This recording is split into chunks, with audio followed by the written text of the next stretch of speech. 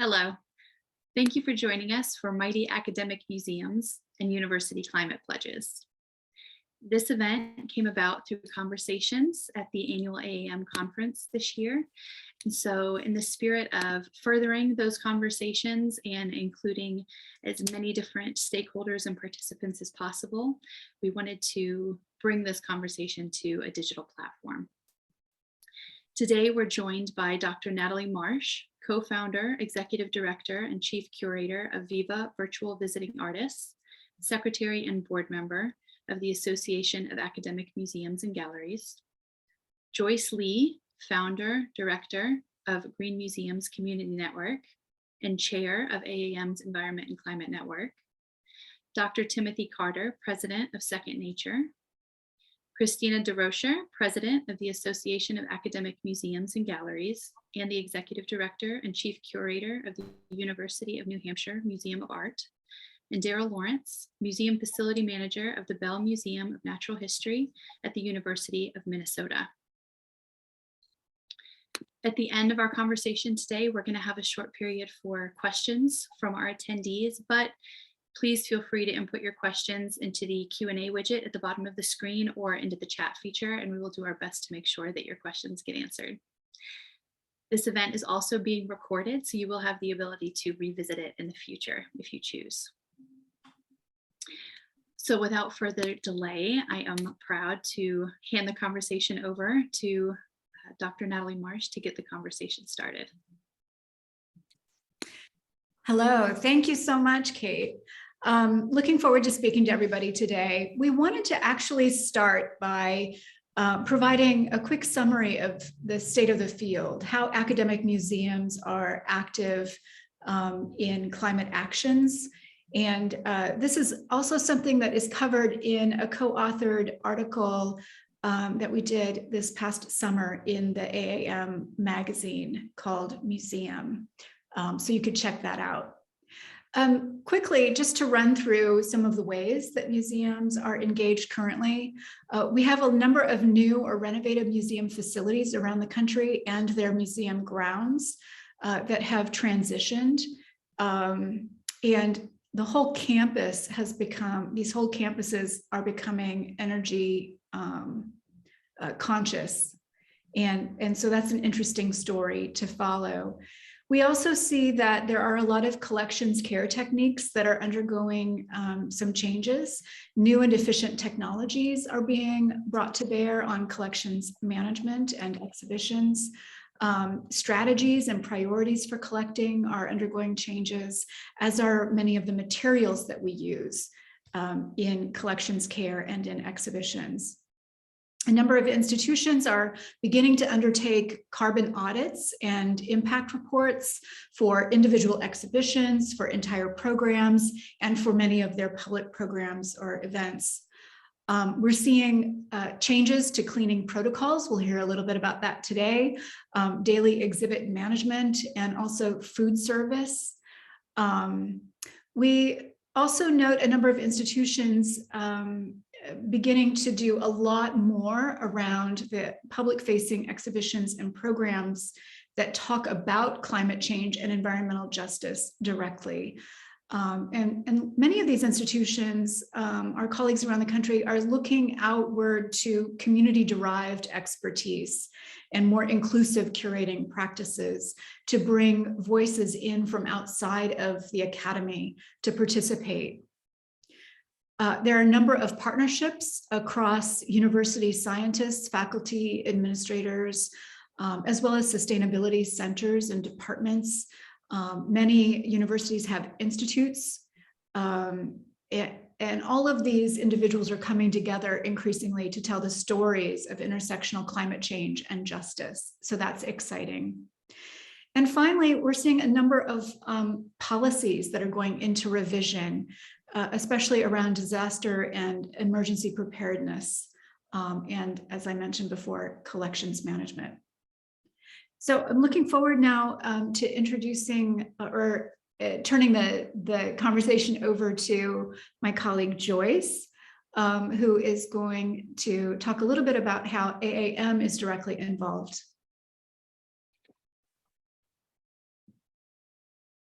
Joyce? Thank you very much, Natalie. If I could have the slides, I'm very happy here to talk about, I think, the AAM side of what we have been doing. Next, please.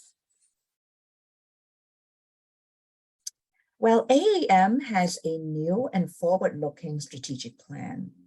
And as you can see, these are the 4 pillars that are in front of us going into the future now.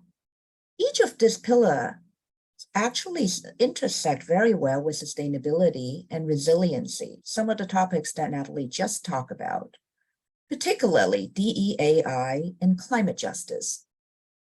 Museums are anchors in their community around the country, and sustainability also cuts across the last 2 pillars to increase social impact. Next, please.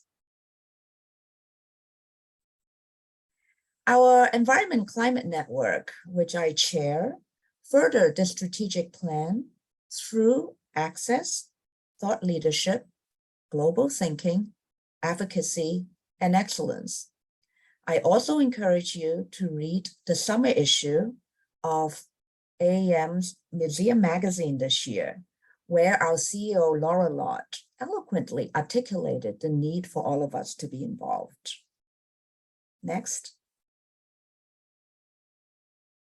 We provide resources on the website, from green tips to Climate Week webinars.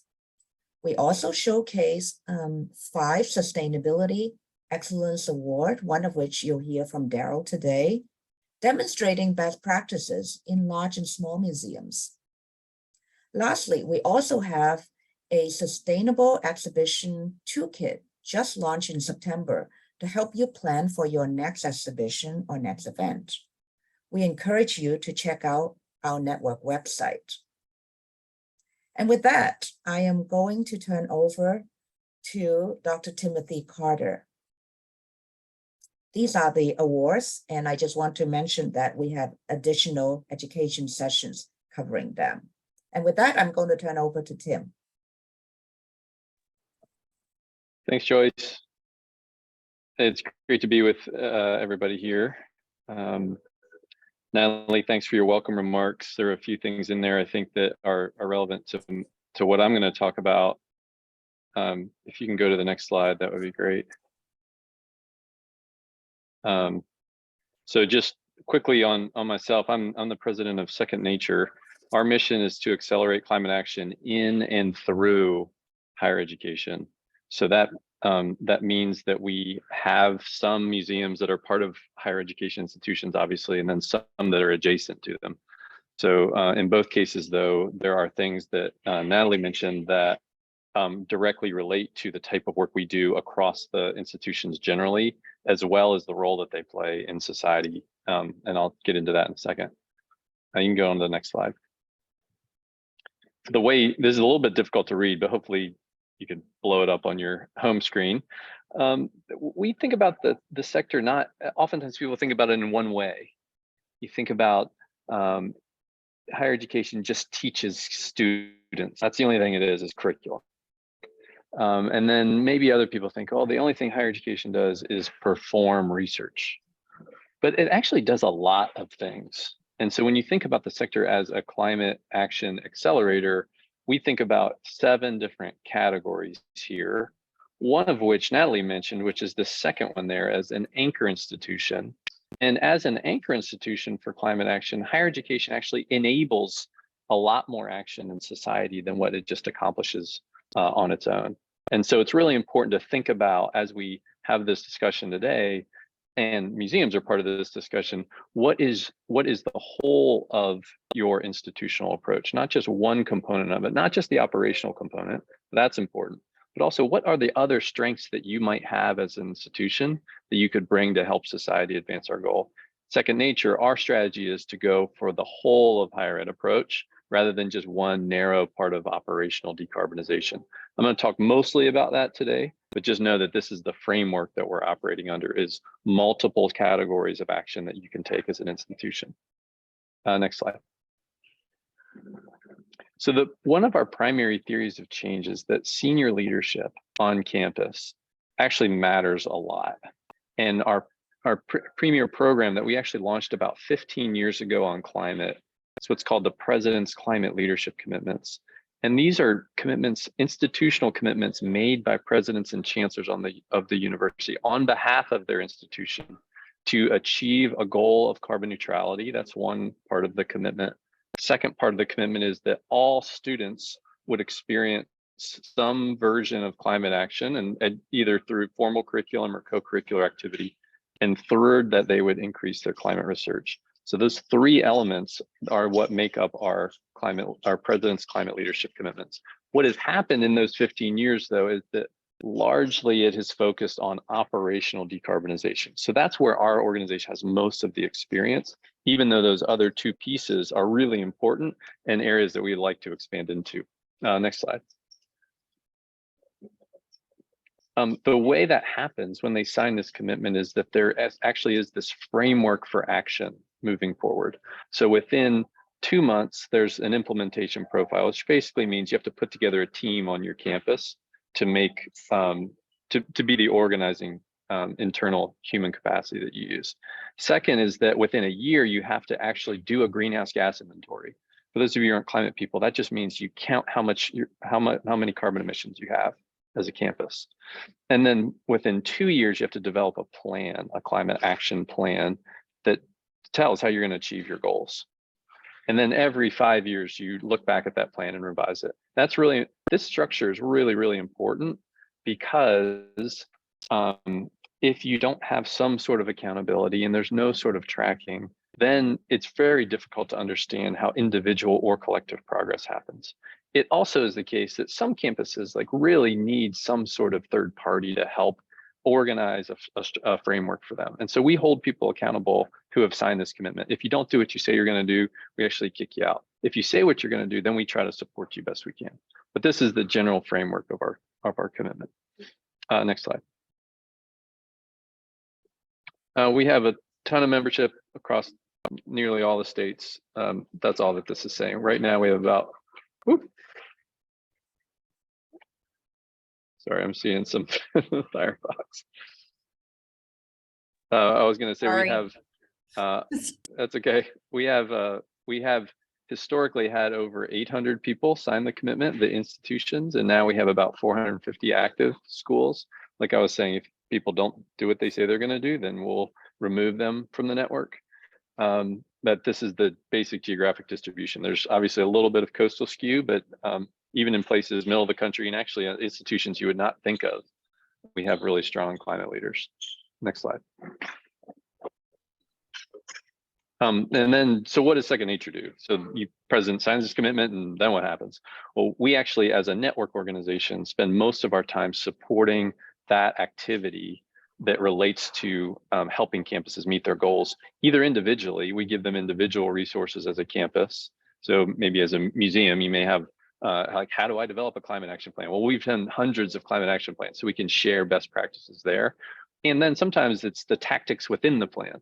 So in this case, we had a fellow a few years ago that talked about how do you actually do large scale utility scale solar procurement or renewable energy procurement on your campus. And we could actually use data that we got submitted to us from campuses over the years to help inform which campuses were prime candidates for renewable energy procurement, both as individual institutions and as collective institutions. So one of our focus areas is how do we actually aggregate activity? So allowing campuses to do something with other campuses that they wouldn't be able to do on their own. Next slide.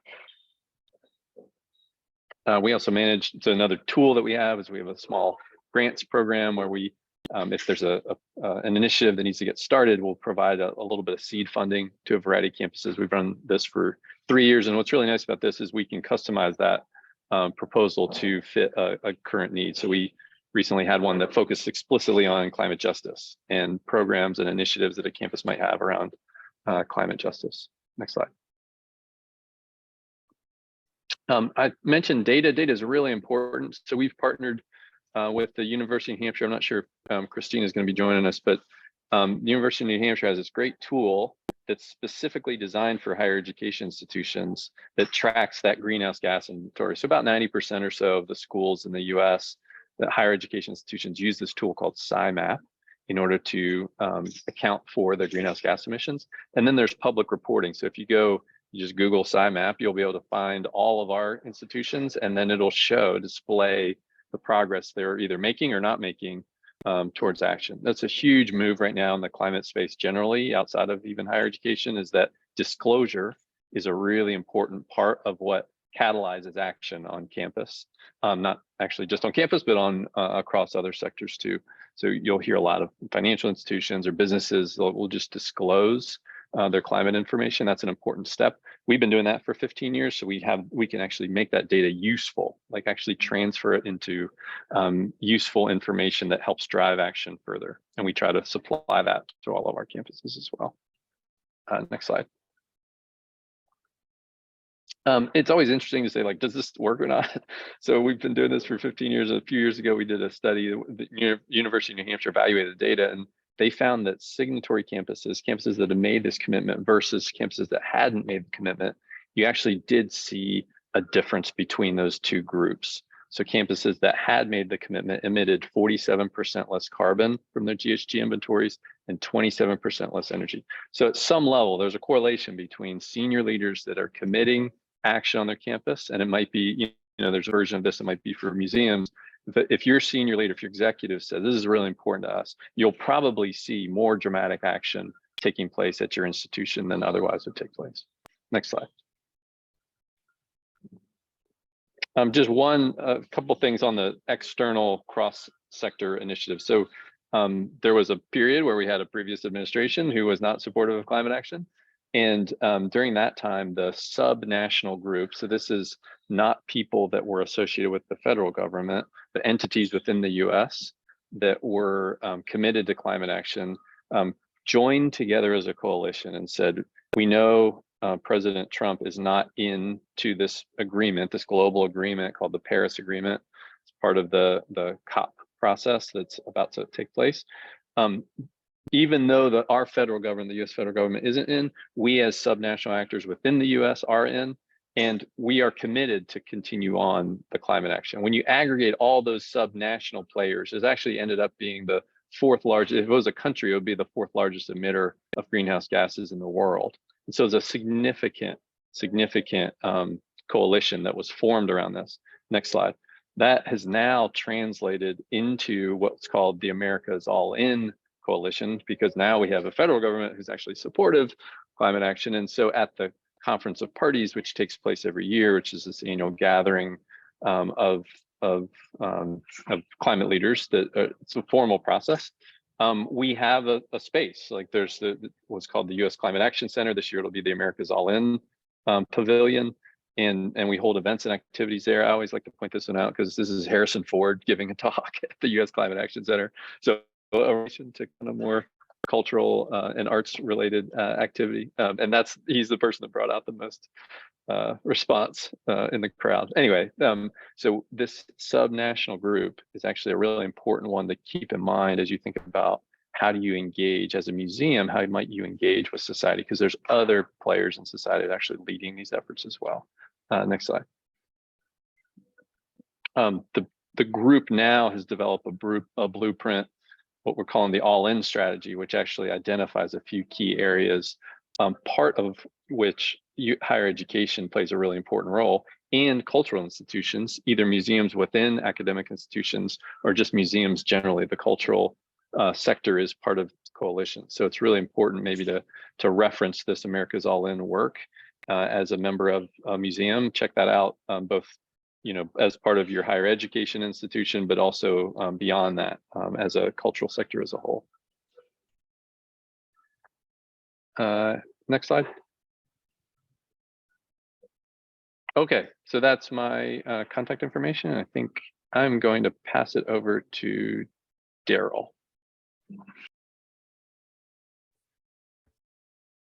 Hey everyone, we are going to go to my slides. They'll be coming up just shortly. Thanks for joining us today. I'm excited to share what we've been doing here at the Bell Museum at the University of Minnesota. We're Minnesota's official natural history museum. So we take our commitment to nature and the climate very seriously.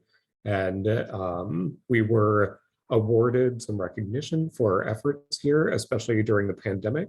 And I'm going to sort of go through what we've been doing as an institution in the course of the pandemic. And then I have a couple updates too on what we're doing moving forward. So if we dive into these slides. We've been around for a long time. We are in our 150th year this year, and we are in a pretty brand new building. We've been here for 4 years.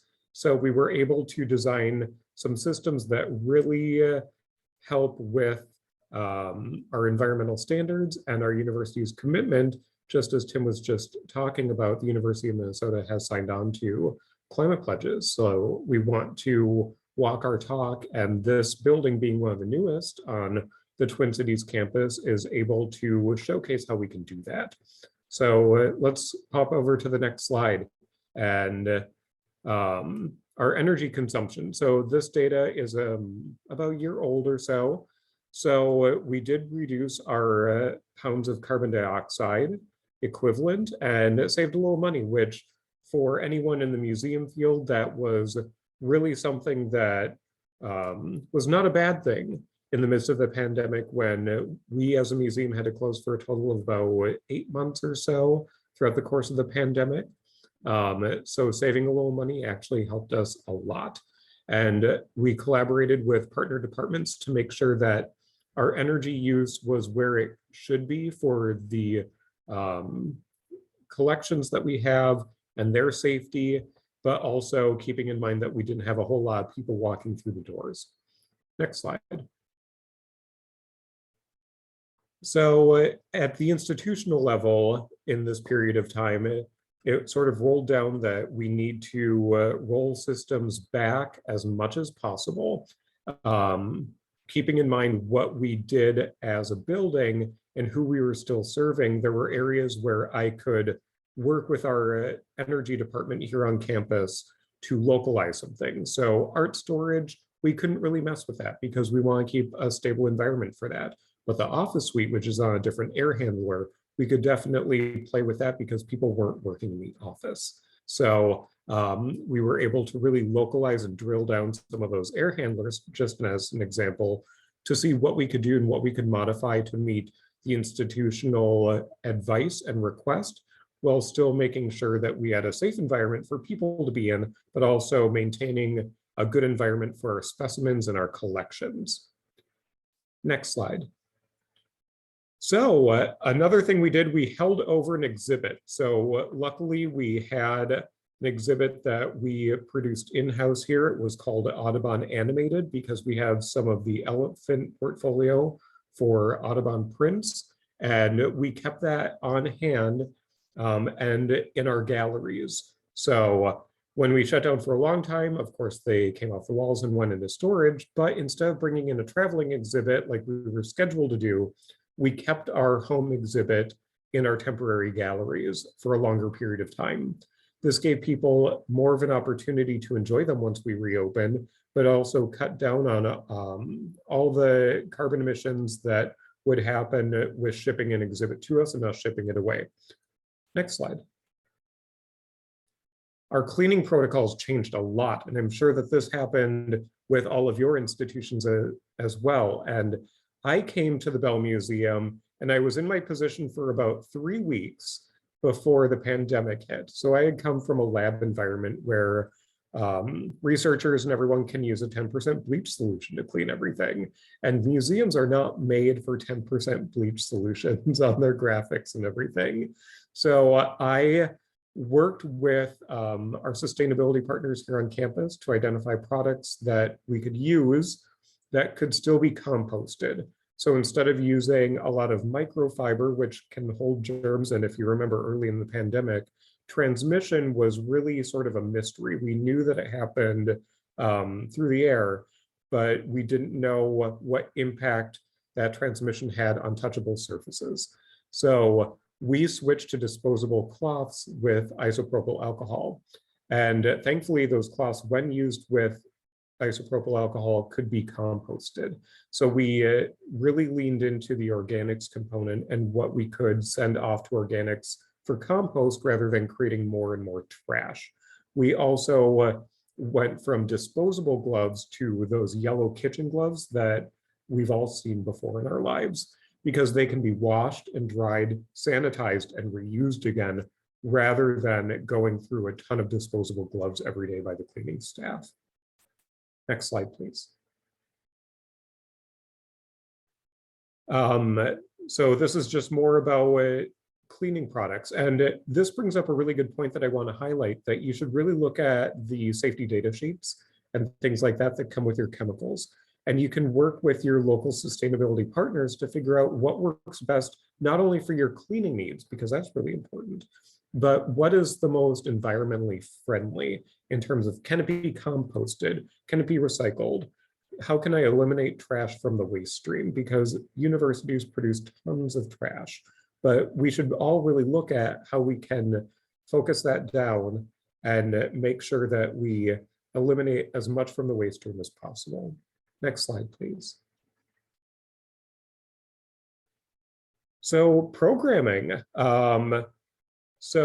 We brought in a traveling exhibit all about water. And this is just a little peek into some of our monthly programming we have here at the Bell during the academic year. It's called Spotlight Science. And we really focus on sustainability topics, not only in our permanent galleries, but also with these pop-up events that are for, as you can see, all ages. People can interact, and this is a great example of one that we had in the past year, where we bring in outside experts. They collaborate with our staff here on site, and we can show the impact of things. So Minnesota, we get a lot of snow and we get a lot of ice.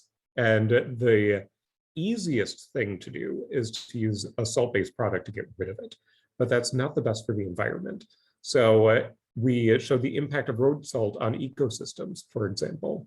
And it's something that myself as a building manager, I work with my partners in facilities to figure out how we can reduce a lot of salt use on our sidewalks and things like that while still maintaining safety.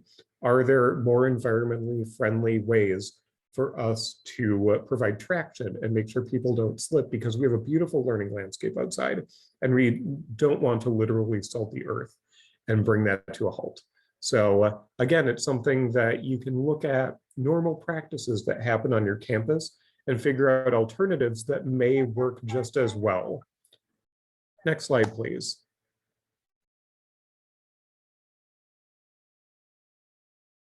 So pest control, that's a big one too. As you can see, this is our learning landscape. We have great pollinators and pollinator plants out there, and we want to make sure that we are taking care of our really good pollinators. So the past couple summers have been really rough. We have had so many wasps and so many stinging insects, as we have our signs say, for people to look out for, and they nest all over the place. We have an outside pest control company that's contracted with the university, and I work one-on-one with the technician who's assigned to our building to figure out the best solution. So for example, we don't use powders when trying to eliminate stinging insects. We use a direct oil-based spray that's very concentrated on where it goes. So we have hives that are here most of the year for our pollinator friends to go around to these flowers, and then they create honey, and then we have the honey jarred, and then we give it out to our members. So it's a great little add-on feature for our members, and it's a great thing to see in action. I just love walking through our landscape and hearing the buzzing sounds during the summer. And we want to make sure that whatever we use to treat for pests, we're not harming the good pollinators that we have in this world. Next slide, please. So the other thing are mammalian pests. So, okay, so we're a newer building, and knock on wood, I'm knocking on this for mica or whatever it may be, we don't get a whole lot of mice inside the building, but we have traps laid on the perimeter of the building to make sure they don't get in. So we have direct kill traps, and they're very few and far between. Again, we want to preserve the ecosystem, but we want to be as cruelty-free as possible. So we don't use glue traps or anything like that, which are also, it's a concern not only from a chemical standpoint, but from an animal rights standpoint. So again, I work very closely to make sure that we're not doing that. We can go to that next slide and see our beautiful planetarium. And the results of all of these efforts is that we can be a more sustainable institution, and we have to look at our operations holistically. Something we're working on right now is providing food and beverages in our gift shop once again, which we call a curiosity shop. And this is the first time in 2.5 years that we're offering it, and we're making sure that we are offering things that are in the least amount of packaging, or packaging that is the most easily recyclable. So we're going to have aluminum cans rather than plastic bottles, because aluminum is much easier to recycle. It is pretty direct in terms of how it is reused, and plastic is a much tougher process. So we went into looking into what's the best thing that we can offer that not only helps out all of our visitors, but helps out the world as well. Next slide.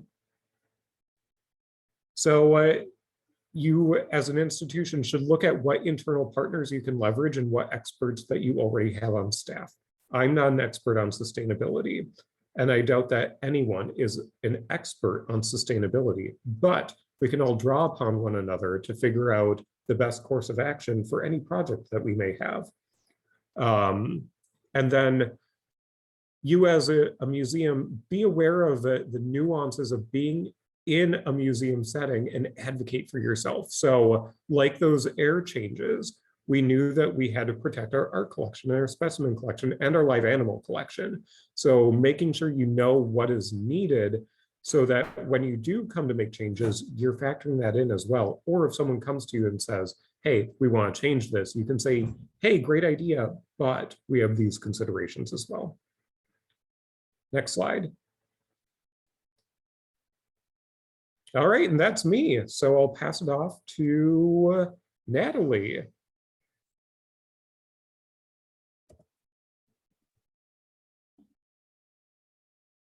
I think we're actually going to Kristina. Thanks, Natalie. I think we just have to advance the slides. But while we're getting the slides, thank you. It's a pleasure to be here. Thank you. And I apologize for the late arrival. I'm coming in hot. So I just wanted to talk a little bit about the work of the University of New Hampshire. And so we can go to the first slide after this title piece. Thanks. So across campuses, academic museums of all discipline types serve as the nexus between research and engagement. We bridge science, research, and scholarship with artistic and cultural expression, environmental learning, and models of practice. Museums such as the Bell introduce people to sustainable building practices and landscaping, water conservation, and pollinator protection. Informed by the expertise of their academic colleagues, we see interdisciplinary centers and collaboration across the academic museum sector with projects such as Bowdoin College's John and Lyle Gibbons Center for Arctic Studies with the Perry McMillan Arctic Museum. This will feature a new energy-efficient all-electric paired building scheduled to open in late 2022, and it's designed using a timber mass structural system instead of steel that reduces the carbon footprint by 70% and eliminates fossil fuel dependency. Another exciting area where academic museums really lead is the integration of Indigenous knowledge with science. The Burke Museum of Natural History and Culture at the University of Washington, the state's official museum of culture and history, houses over 16 million artifacts, specimens, and objects, including substantial holdings reflecting Indigenous culture and heritage. The museum's strong reciprocal relationship and exchange with Indigenous peoples and tribal staff is reflected through knowledge sharing and equitable practices that often intersect with climate and environmental justice issues. And recently, the University of Rhode Island, a land-grant university, announced a collaboration with the Tamaqua Museum, which will result in a new museum scheduled to open in 2023. The Tamaqua Museum has undertaken work to indigenize the landscape of 18 acres of rural land on the URI Kingston campus. Next slide, please. So one commonality of academic museums that play in our favor is the nature of our audiences. Cited in centers of learning, visitors to academic museums are largely students enrolled in our parent organizations to increase their knowledge, gain practical experience, or improve their skills. They are primed and receptive to environmental learning.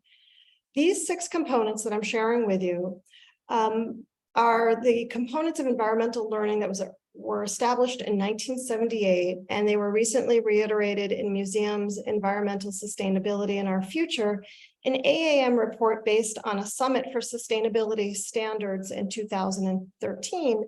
And for our discussion today, I think they bear repeating to highlight the contributions of academic museums and where we really excel.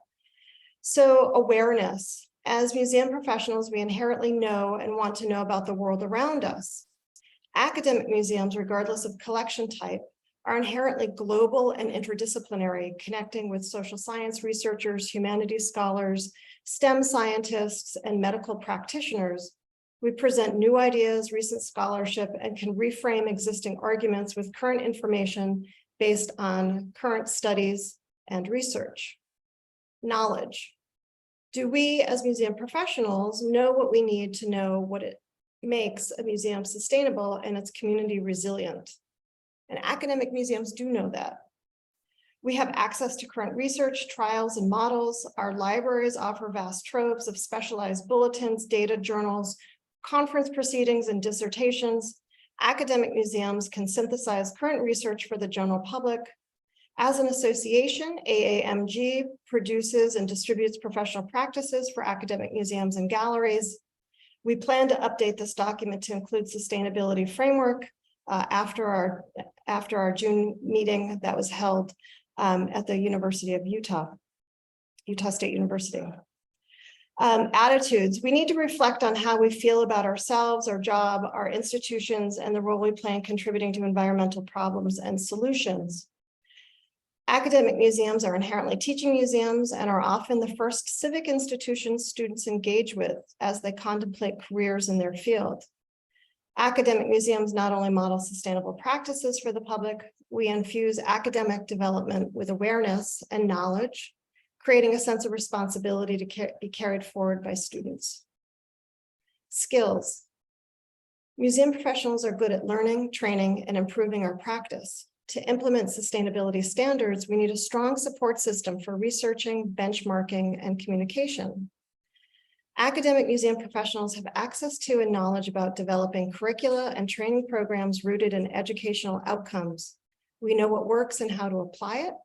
We can and do offer skills on adaptation to our visitors, presenting ideas on how to implement innovative, sustainable practices at the individual and community levels.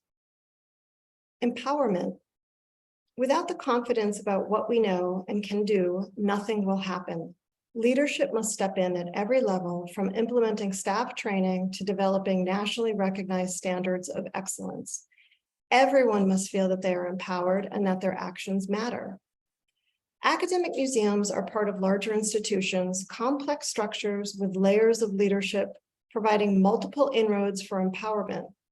Academic museums acting with sustainability in mind can work with staff, faculty, and students to engage horizontally and vertically within the academy to advance theories of change. And they have the flexibility to partner and collaborate with organizations in their communities. Ultimately, the goal of any environmental education process will lead to some form of action, from simple behavioral changes in our daily lives to more active participation in field-wide efforts to make museums more sustainable institutions. For my own work at the Museum of Art of the University of New Hampshire, environmental learning takes place through exhibitions and programs that highlight the research enterprise of scientists working in the field. So next slide, please. In 2019, in conjunction with Dr. Jennifer Mixis-Olds, I arranged for an Artist at Sea residency for artist Wendy Klemperer. After years of presenting data, Dr. Mixis-Olds wanted an artist to embed with her team who could create work based on scientific field work that would appeal to people's emotions and draw them in, much like the artists employed on scientific expeditions of the 19th century. Next slide, please. So there's Wendy, and this is the research vessel that she went on as part of her residency at sea. She's in the wet lab, and the ship is the RV Neil Armstrong. So next slide. Another exhibition, Long Eye, presented 68,000 Years by the artist Anna McKee, who had visited the West Antarctic Ice Shelf Divide Ice Core Field Camp, where UNH helped maintain the ice core sampling station. In 2012, researchers completed drilling a 3,405 meters core from the West Antarctic ice sheet, one of the deepest and most detailed ice cores ever retrieved.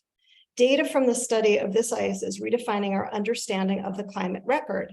The exhibition brought attention and awareness to this work and the information the sampling yields. Next slide.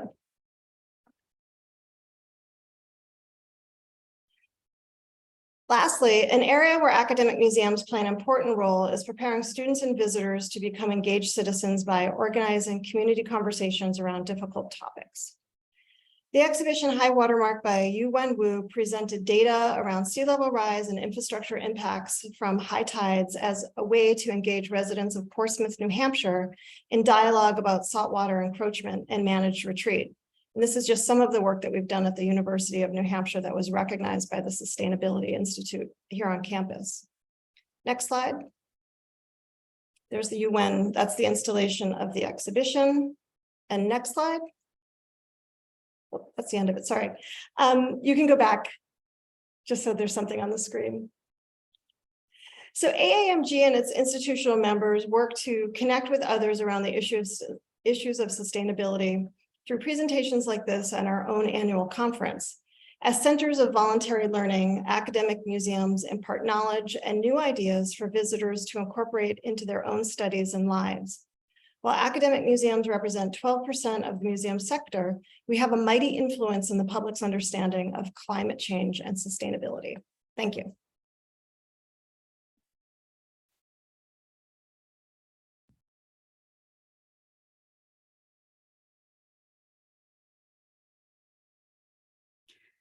I think we're going to pull up my slides and then I will.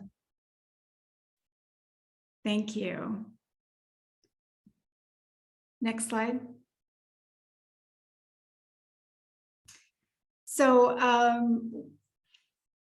back in 2019, I was able, after 20 years of working as a chief curator and academic in academic museums and as an executive director,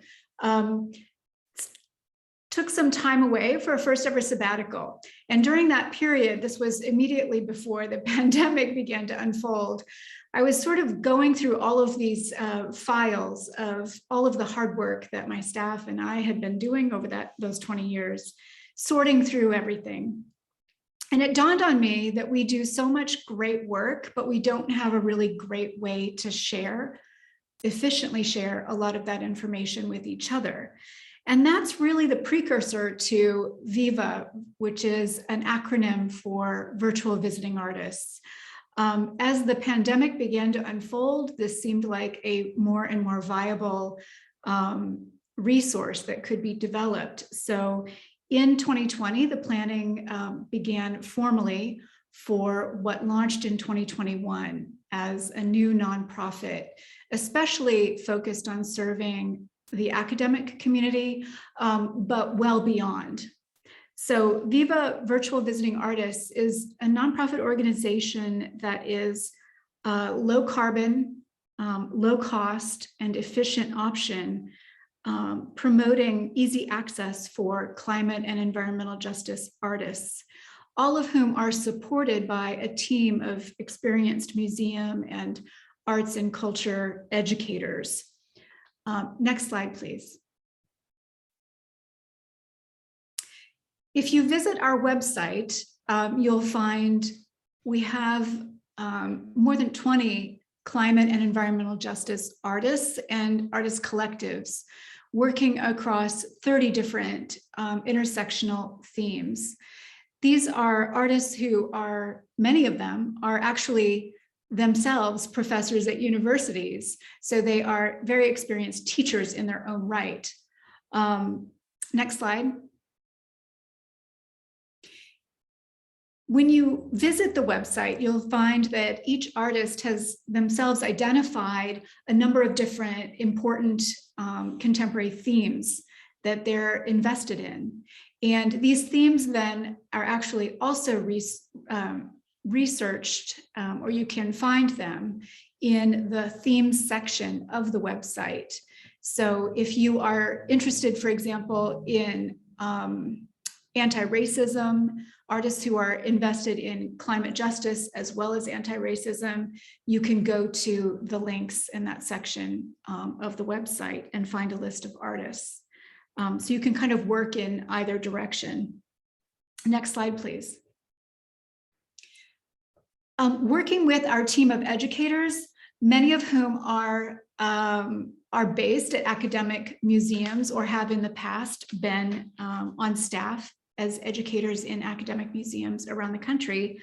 Our educators work very closely with the artists and the artist collectives that they've identified, and they develop these extensive packets, artist packets, with all the kinds of educational resources that one would need to make your job much easier in integrating an artist and a visiting talk by that artist with the curriculum or with a community and a conversation, perhaps even in conjunction with an exhibit from your collections, for example.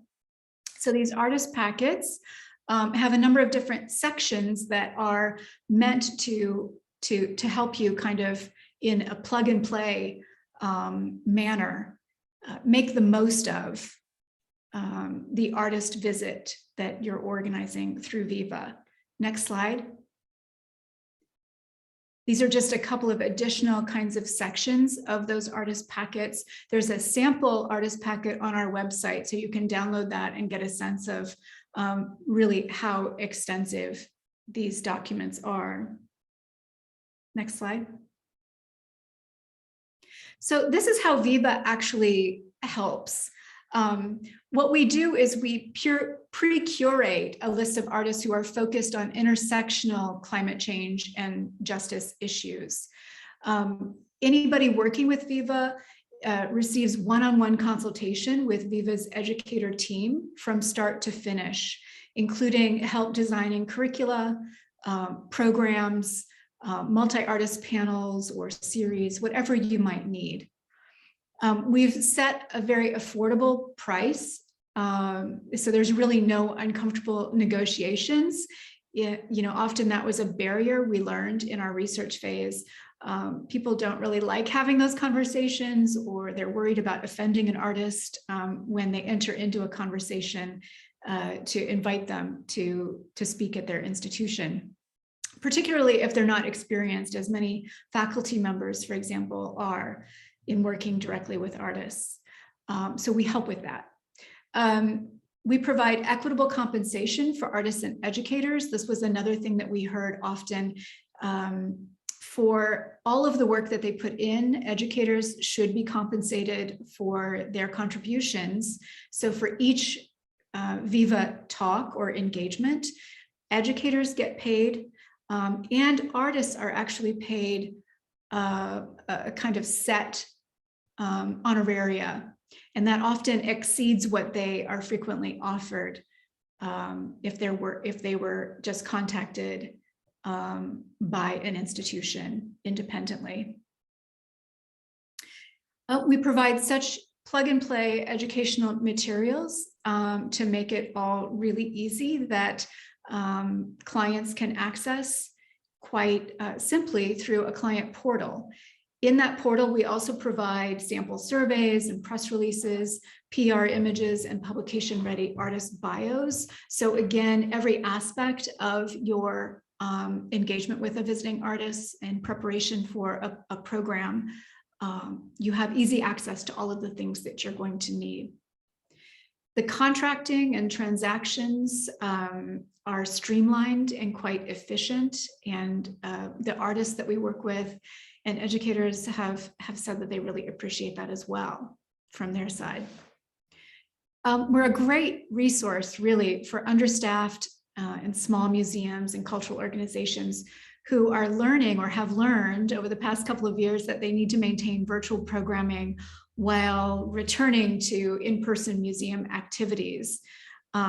We're a resource that helps with this because I think that many museums around the country have started to realize that there are so many members of their audience who are unable to actually attend programs in person. So having that virtual option is really helpful in keeping contact with those interested members of their community. And I'd say we're also a really excellent nonprofit resource serving members of audiences who have accessibility issues, who physically, like I was saying, can't get to a program, but also caregivers, retirement communities that are difficult to serve otherwise. We've also seen use by homeschoolers and schools with online learning programs. And I think it's also good to point out that many academic museums and galleries have a need to connect with alumni and trustees around the country and around the world. And so virtual programming can be very helpful with that. And finally, just a reminder, we are low carbon. We've all learned that the online option helps us to reduce carbon emissions. If you really run the numbers, and we often do for those we partner with, there's an enormous reduction in the emissions connected to a single visiting artist engagement when you compare in person to this virtual option. Next slide. Now I'm going to turn it over to Joyce, and I look forward to any questions at the end. Well, thank you so much, Natalie.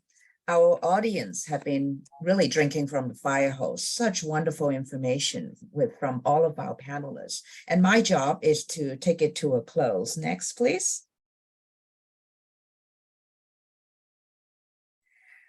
Yes, we are building a network because there is strength in numbers.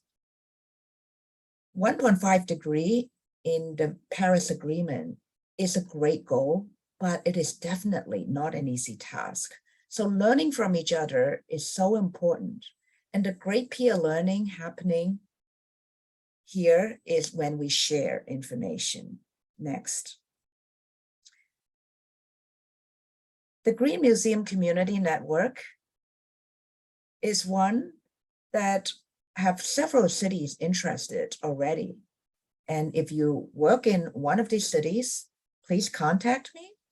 Or if you have 3 or more museums in another city, please drop us a note as well. We hope to engage each other in looking at issues that are bigger than what one museum can tackle. By working together, we can get to the 1.5 degree reduction quicker. Next, please.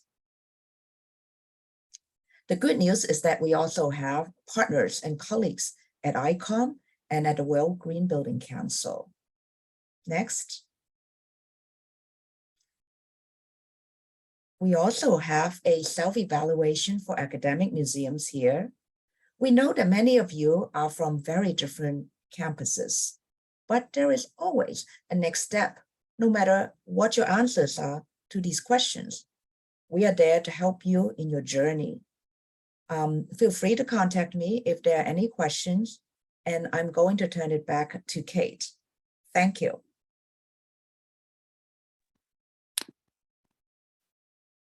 All right, so we did have one question from an audience member, and Daryl has already been kind enough to answer it, but just for our attendees that have not seen it or who are joining later, do you have insight into how the Bell Museum thought through the carbon footprint of building a new building versus renovating or adapting its old building?